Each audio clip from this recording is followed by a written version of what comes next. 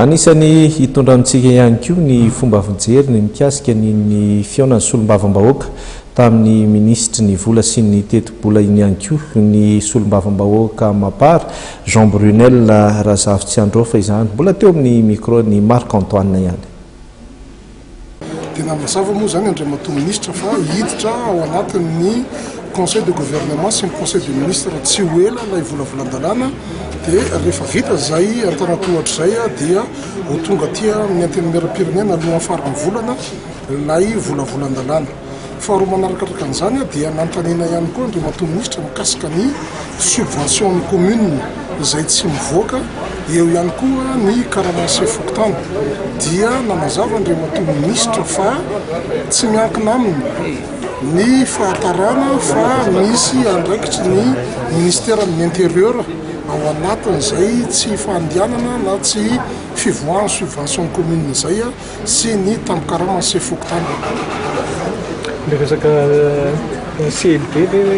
nakataky nareo nampitomboina ny vola le 200 millions. Lay CLD aloha zany maromaro ny fanontaniana mipetraka momba an'ilay izy hoe mba alalaka kokoa ny famolavolana fampiasana azy satria misy fipetra ihany mantsy mipetraka hatrany amboalohany hoe zao isan-jato anaovana fotodrafitrasa, zao isan-jato anaovana amina andraikitra ohatran'izao dia nankataka zany solombavam-bahoaka mba hoe alefahana kokoa zay fipetra zay mba hampalalaka ny fampiasana an'ilay vola amin'izay programme an'asa mifandraika ny filaniny district. Raha izay faharoa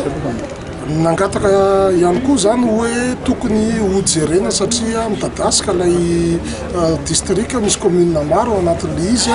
nefa raha mihoatra n'ilay sorabola tononina dia sahirakirana ihany ny commune tsiraidray mampiasa n'ilay vola. Dia Andriamatoa ministra moa zany teny hoe mbola tsy misy vaovao azo ampitaina aloha ho an'ny solombavam-bahoaka mikasika n'ilay volavolan-dalàna fehiny teti-bola 7.4 satria mbola ampandalovina amin'ny conseil de gouvernement sy ny conseil du ministre ka sarotra ozy izy ny resaka an'izay alohan'ny fotoana raha tsy efa lany eo anivon'ireo filahakevitra rotontareo ilay volavolan-dalàna.